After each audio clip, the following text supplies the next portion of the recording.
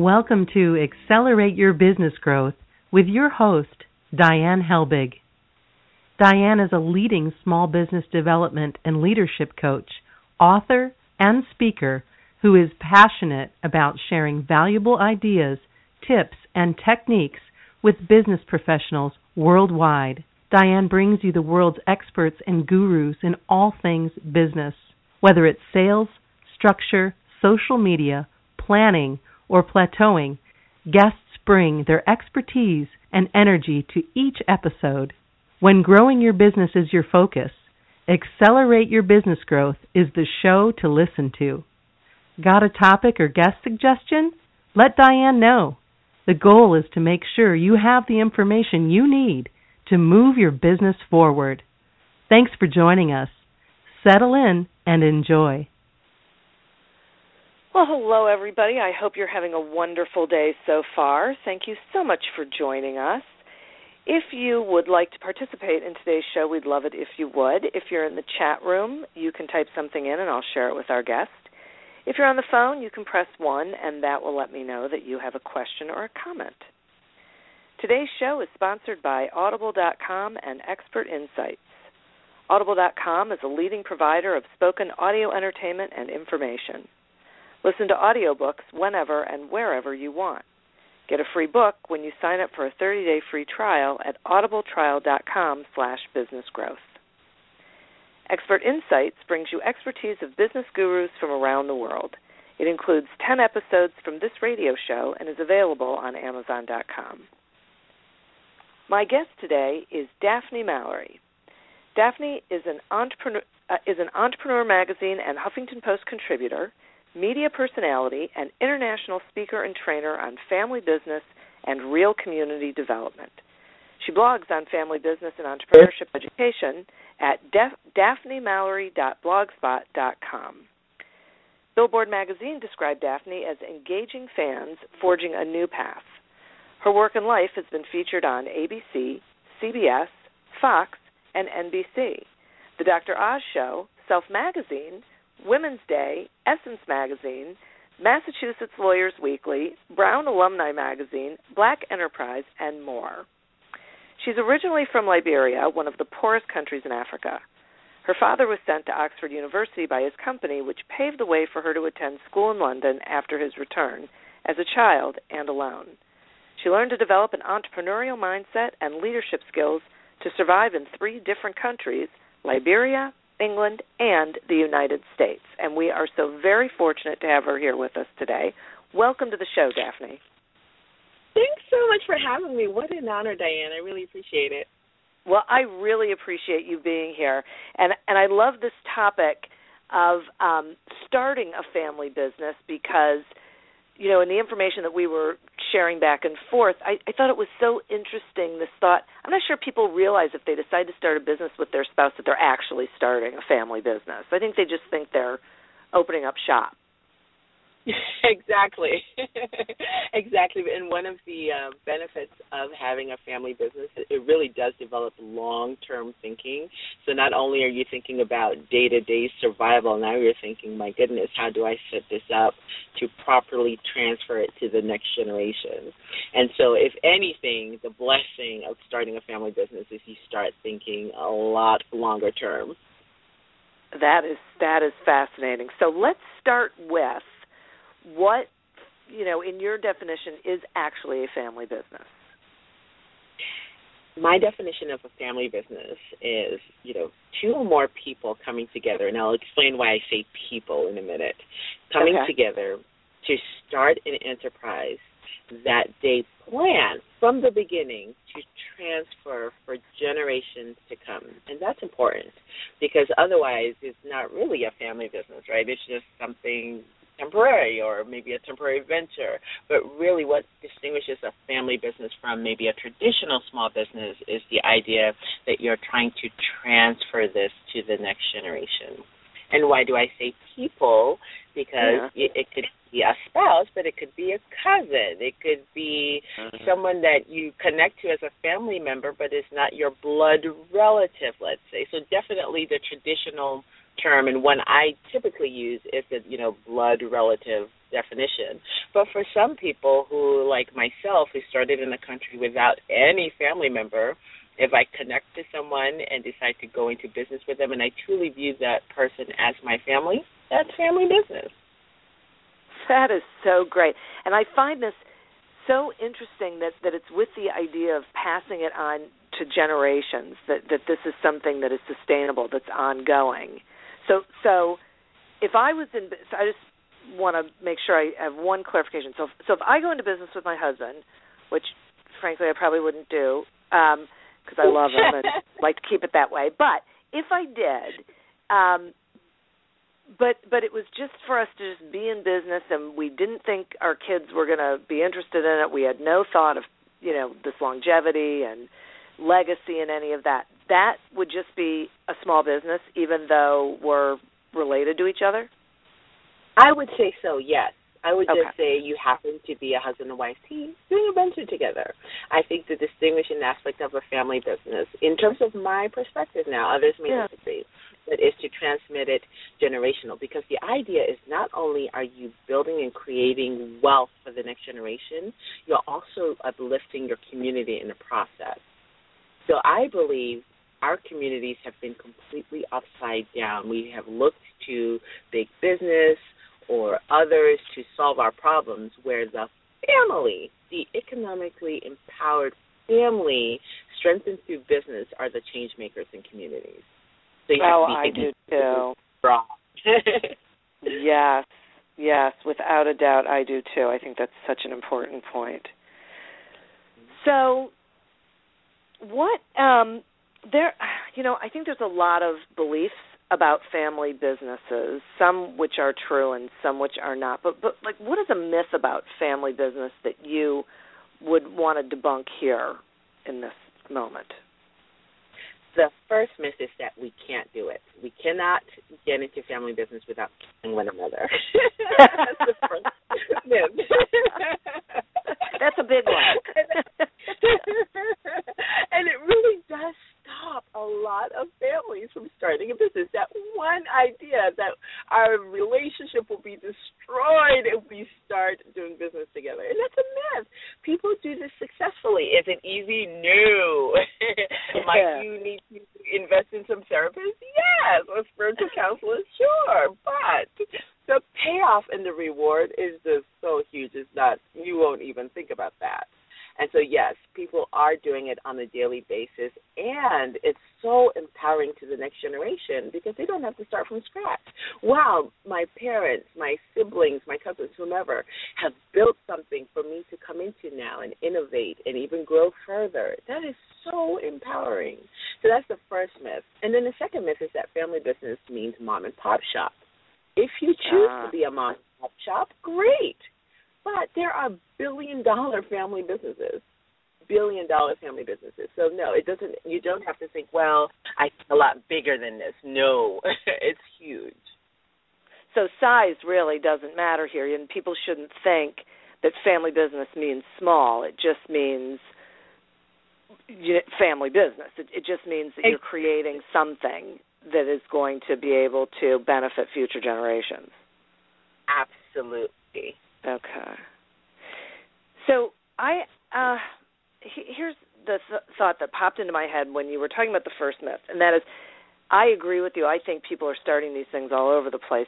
Daily this is happening. Do you think that the majority of them realize that they're starting a family business, or do they think they're just starting a business and that thought comes later? Thought comes later. A lot of times it's just purely a survival mode. It makes sense. These are the people closest to me. These are the people I can trust. Or, hey, I don't know anyone else that I would want to do this with. And so initially I think a lot of them as many entrepreneurs, by the way, just start off on a pure impulse survival mode or just chasing the dream. And then it definitely develops over time like, wait a minute, this is truly economically empowering.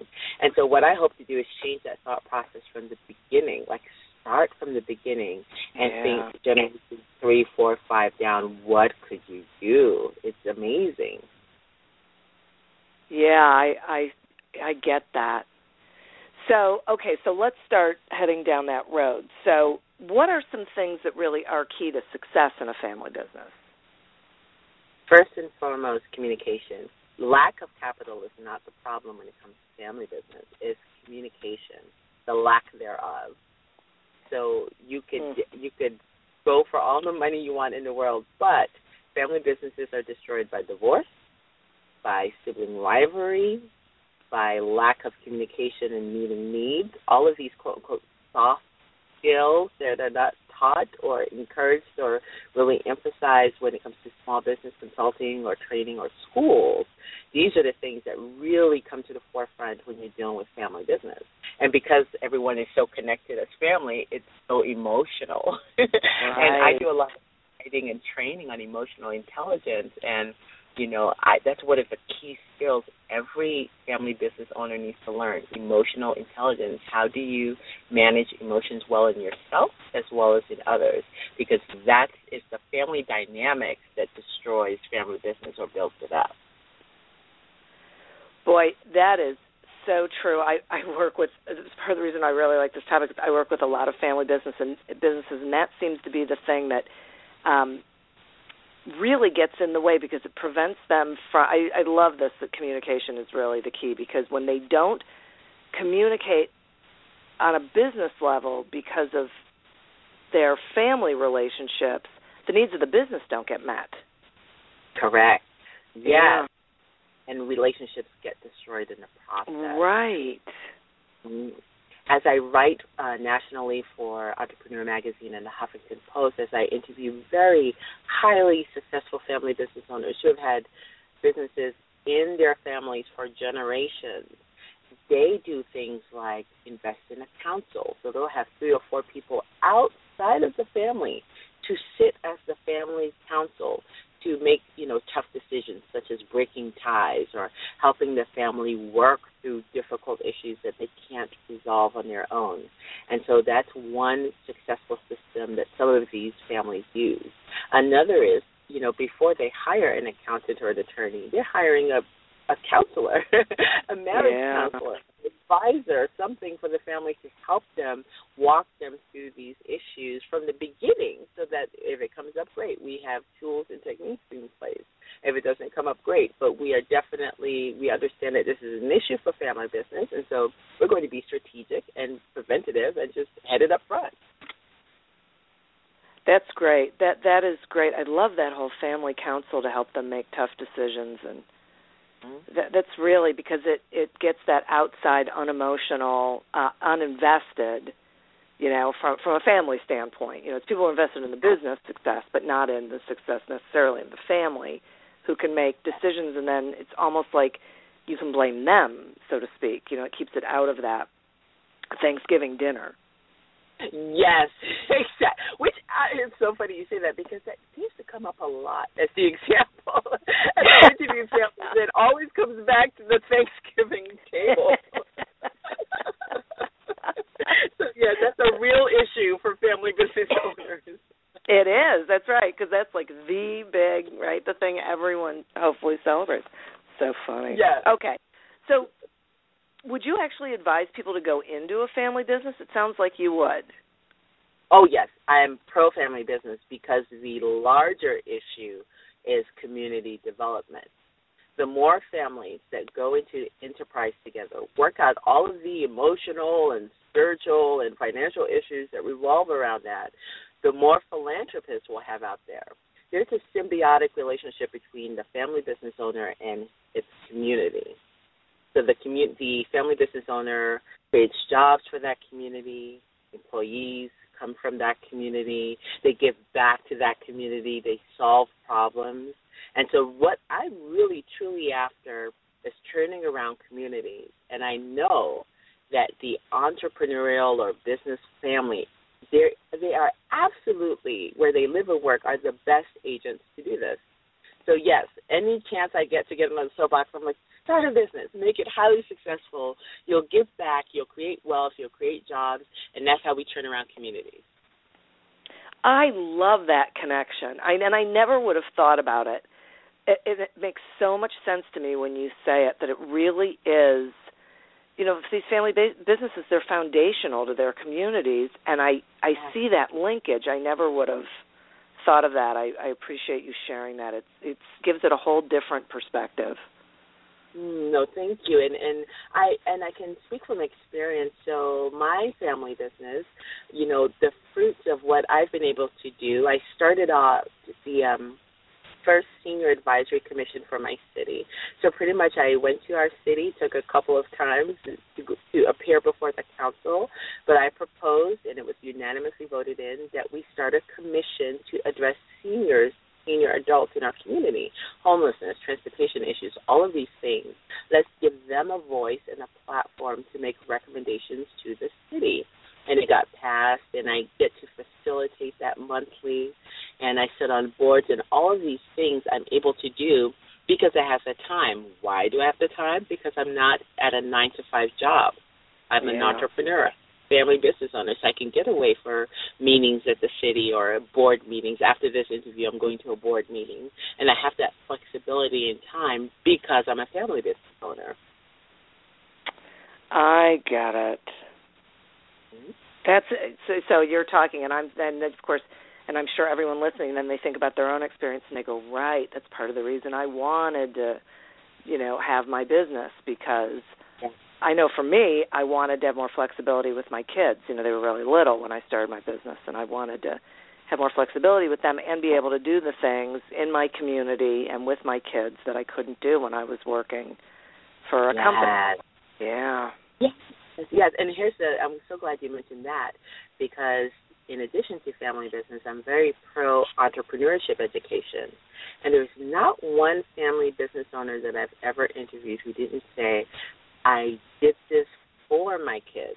They shadow me all day long. They're exposed to it. They're learning entrepreneurship firsthand, leadership development. It's such a great way to teach your children. And I don't think we realize we're teaching our children at the time. You go to work, you do your thing, and I have my kids are, I have a son in college and a daughter in high school, and I now notice how much they've picked up of that just by being around the experience of it. Absolutely. And you're planting those seeds for their entrepreneurial spirit to emerge in the future. Whether or not they choose now, family business owners, I've not interviewed one that has said, I forced my kids into the business. No, some went off and they worked for something, but they all came back. It's like the bug hit at whatever age, and they all came back in one capacity or the other to serve an that's interesting. Innovative. Wow. Mm-hmm. Yeah. Wonderful. We're going to take a quick sponsor break, and then I have some more questions for you. Accelerate Your Business Growth Radio is happy to be sponsored by Expert Insights and Audible.com. Audible.com is a leading provider of spoken digital audio entertainment and information. They have over 150,000 titles to choose from, and you can listen to them on any device, including whatever you're hearing us on right now. And if you sign up at our URL, which is audibletrial.com/businessgrowth, you get one free audiobook and a 1-month trial of the service. Some examples of books you can listen to on audible.com are The Secret of Peak Productivity by Tamara Miles and The Art of War for Small Business by Becky Sheets-Runkle. So visit audibletrial.com/businessgrowth, explore the books that are of interest to you, and receive one free audiobook when you sign up for the trial. Expert Insights brings you expertise of business gurus from around the world. It includes 10 episodes from this radio show and is available on Amazon.com and BarnesandNoble.com. Our guest today is Daphne Mallory, and we're talking about family businesses. Got a question or a comment? If you're in the chat room, you can type something in. And if you're on the phone, you can press 1, and that'll let me know you have a question or something to share. So, Daphne, when it comes to sales, what difference does being a family business make in that regard? It makes all the difference. So we've typically heard about, people are buying you or sell yourself. Well, the family business becomes the force multiplier. When you sell and emphasize your family story, it's a game changer because immediately you are actually engendering trust. Wow, your family, like your kids, your cousin, your spouse, all of these people are involved with this product. Okay, so you're not going to sell me something that's going to fail, or you're not going to put your family name out there associated with a bad product or service. So it really does help with a quote-unquote built-in trust when you can sell your family. One extreme example of this, I recently interviewed a family, and they sell nuts online, and every character on their packaging or box is a family member who's also a nut. And throughout the website, it's all about their family story and how it was started by their father, on, and you just get so lost and enchanted by their family story. It's like, what am I buying again? And then you're like, whatever it is, this is so fun. I'm in, And so, yes, telling your family story can actually lead to success. You think trust. You think, wow, these people have a stake in it. They're putting their family name with it. Okay, I'm in. And they actually can be very loyal to you. Boy, I never would have thought of this. Is so fascinating to me. I never would have thought of that either. And when you said they're not going to sell something that would put their family at risk, that was an aha for me. I thought, I never thought of it that way. Yes, and that's why you shouldn't hide. If you are a family business, don't hide the fact that you are. So there are some family businesses that think, oh, no, we shouldn't emphasize that we are a family business. No. If you are in business with your family and you have somehow thought that it would be best to mask that, don't. Highlight it, test it, and see what happens. I'm actually thinking about a client I have right now, and now I know when we hang up I got to go to their website and look and see how they're talking about their family story, because I realize I don't know how they're doing that, so that's awesome. Okay, so someone decides they're going to do a family business. How do you suggest they incorporate their children or other family members into the business? Is there like an age below which it doesn't make sense, or the younger the better, or is there a particular process that you think probably sets them up for the greatest success? Yes. Before they involve the children, develop a strategic plan, because as part of that process, you're going to develop a family vision statement. You're not going to talk your kids into family business. You're going to inspire them into family business. And that has to begin with your family, creed and your vision statement. What are you about? For me, my family business, we are about eradicating poverty. What does this look like? And how might we serve the world and help to alleviate poverty with what we do as a family and a family business? So you think big, start really, really huge and inspirational, right? Get the hook in. Then you think, okay, projects. Think about projects you can assign to your children that they can actually succeed at. So don't think roles yet or job title. Think projects. So if the project is to, manage the app for the family business, call it a project, the mobile app project. If it's to, maintain a cleanly premises, then fine. Call it the cleaning project, right? Keep it short, confined. The project is for the next 6 weeks. You're going to clean the floors, the 6-week project, and pay them. Here's the thing. Do not have your kids lose motivation because you don't pay them. You must pay them. I mean, what would you be teaching them if you're willing to pay outsiders and not your children? They're going to think, oh, okay, well, family business is not for me. No, you want them to taste of the rewards, right? Wow, family business is rewarding. Yes, spiritually, yes, emotionally, but also financially, because you're trying to plant a seed now in their hearts that would hopefully grow into this great oak tree for generations to come. So pay your kids, please, and do projects, assign projects instead of roles and responsibilities. And, of course, if they're older, yes, assign them a role that's appropriate in your business. But for the younger ones, projects would be the key. That's great. That's great. I love that. So I'm thinking about I brought my daughter into my business to do some of the, clerical and sort of back office stuff.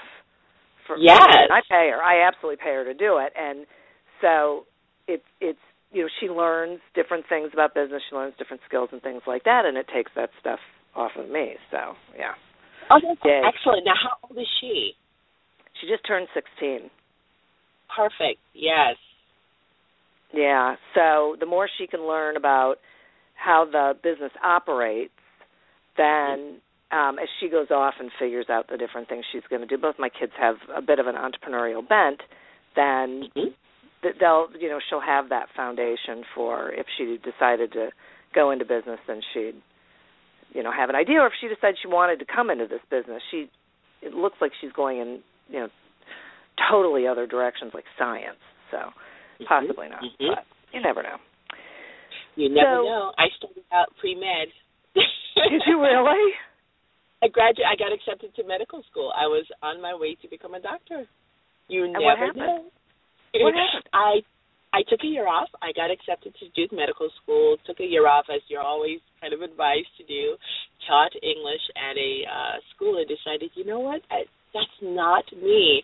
And whenever I get to talk to college students or students, I always say, don't try to figure out your major. Everyone says, what's your major? What are you thinking about? What do you want to be? Figure out who you are. That's the work you want to do. And then you'll know what to do. And I wish I would have done that, and I ended up going to law school instead. But I wish I would have spent more time uncovering who I was, what my contribution was going to be to the world, and then everything would have lined up a lot quicker than the roundabout. Yeah, but you were probably supposed to go through all of those things to be able to get to where you are now.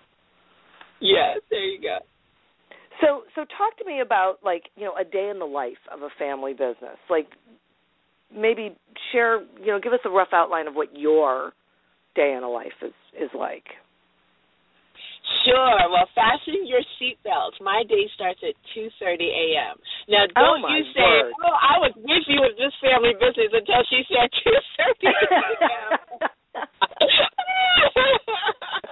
That's just me. And the reason why I start so early is I have 4 children. Wow. And yes, so I purposefully start my day that early so I can get a lot of concentrated work in before they get up. So that's why I start at 2:30 a.m. And I am a big proponent of, the number one skill of an entrepreneur, in my humble opinion, is selling. You've got to learn how to sell. So a lot of that time is spent prospecting or getting ready for cold calls, sending out emails to land appointments and everything I need to do to sell. And so I do a lot of that, and then I also take care of my writing during that time. Wow. And yes, and then when the kids get up, I'm being mommy, and of course you can't. For me, I'm learning to slow down in life, but sometimes I do tend to be a little bit of an overachiever. But I'm a homeschool mom as well. And so after the breakfast and everything, we're doing homeschool, and I'm homeschooling them, getting through lunch and all of that. And then after that, I usually have a community, a board meeting or something in the community, wrapping up some more, sales or trying to land media opportunities. By the way, the number one way that I market my family business is through publicity. So I sell, number one, and number two, skill publicity, getting as much media attention as possible. And that's a whole nother show. Yeah, no kidding. And so I'm doing a lot of that, like media response and getting it to the media. And then after that, I typically tend to, kind of close my day out with business / with the family. And then because I've been up since 2:30, I'm typically out at 8 unless there's some kind of event to attend. I'll bet you are.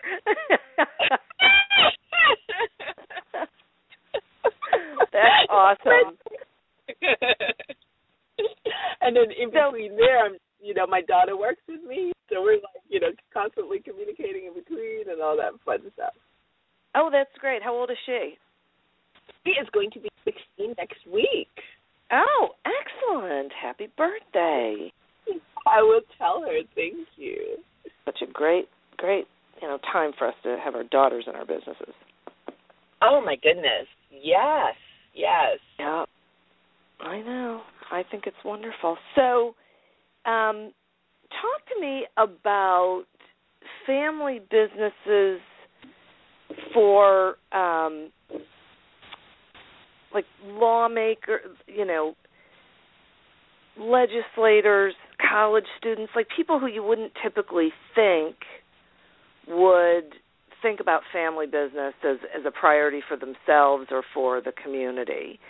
How do you, like, how would you communicate that to them? How would you like to see them think about family business and deal with it? That's a great question, because I was involved when I had the opportunity to attend Brown University, and I was instrumental in helping to start what's called the Brown Entrepreneurship Program. And I think college is the best time to start a business. Oh, my goodness. If I could do it all over again, I would have done it at that time. And so, me too. Oh, my goodness, yes. And so whether it's funding or helping to start up some sort of entrepreneurship club or program on a college campus, that would be the way to communicate to them. In terms of opportunities that are available, yes, they could start something from the ground up. But, for instance, I recently had interviewed a South African brothers who started a STEM franchise. STEM is science, technology, engineering, and math. And the idea is to promote those skills again through students. So they've got this franchise where they go to after-school programs and other youth groups, and they teach science. But it's a franchise. So if you're a college student, it's a very, very low entrance fee. It's something you can absolutely do while on college campus. It fits in line with educating. And there's so many opportunities like that. So rather than start something from the ground up, you can find something that exists, something that already has everything laid out for you. Right. For instance, health. I do a lot of work with senior adults in my community. That's one of my passions. And boy, do they need help just with daily grooming or just basic, meal prep. Well, there are franchises there that college students, even if it's not a franchise, even if they just work it out as their own business, they can have an entire business assisting seniors in a community. And there are some situations where you can even live the senior.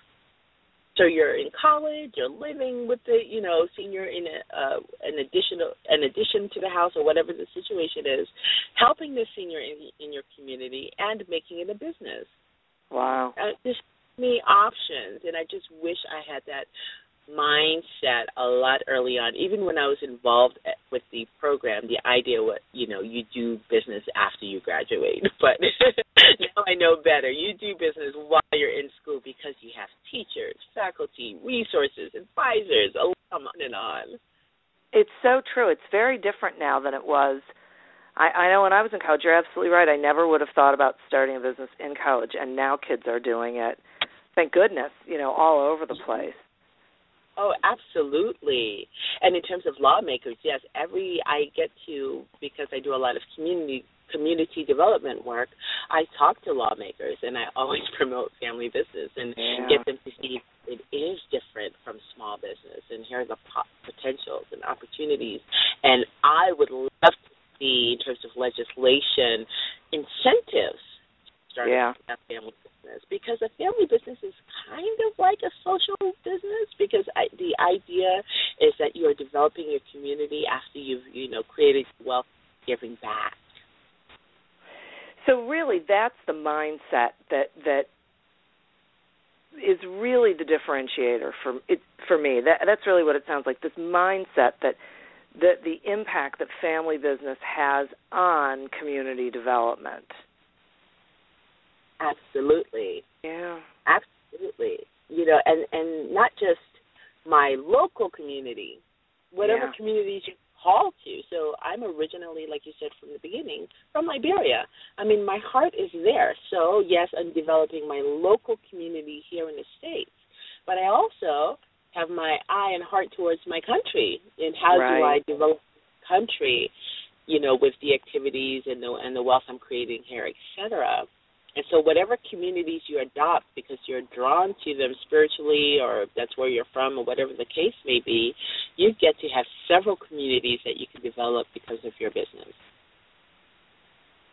This is such a great way of looking at this, and I am so appreciative that you have shared this information with my listeners and with me, because it is so, it has such an interesting perspective for me to look at it that way, and I never would have if I hadn't heard that. It makes perfect sense and actually gives it greater form. From a what's the word I'm looking for? From a value statement, really the importance of family business. It's so much broader when you put it that way. The question that I would like to ask you is there, if you had one piece of advice for my listeners, what would that be? Okay, the one piece of advice is don't start with a business plan. Start with a strategic plan. Family business. That's great. Yes, it has to be birthed from the inside out. Figure out your family's mission, your family's purpose, however you want to define it.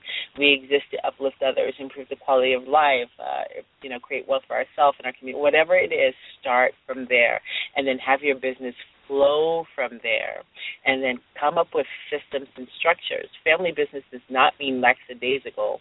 If anything, you have to be really clear about your systems and structures, because you're passing this thing on to generations. So, yes, make sure that you're not being lax about this. Have proper systems and structures in place so that it can hold up, through time. So that would be the piece of advice. That's fabulous. Thank you. I'm such a big fan of systems and structures. I'm so glad that you said that. That's just love it. Absolutely. Absolutely. Well, thank you so much for being on the show. Would you please tell my listeners how they can find you and get in touch with you, and anything else you'd like them to know about what's going on in your business? So they can like me on Facebook, Daphne Mallory ESQ. Don't forget the ESQ, Daphne Mallory ESQ. Like my Facebook page, and you can have all of my articles, blog posts, videos, and more. You can also go to my blog, daphnemallory.blogspot.com. I love to hear from people, love to connect from you, and if you think that I could write about your family business, please contact me. I'd love to share your story.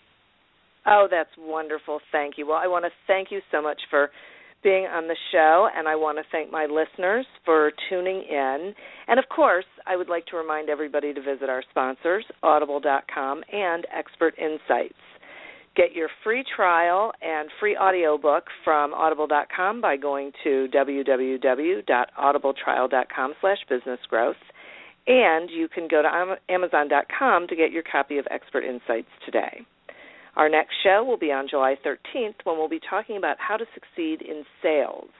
Thank you all so much. Have a great couple of weeks, and hopefully we will be back together again on July 13th.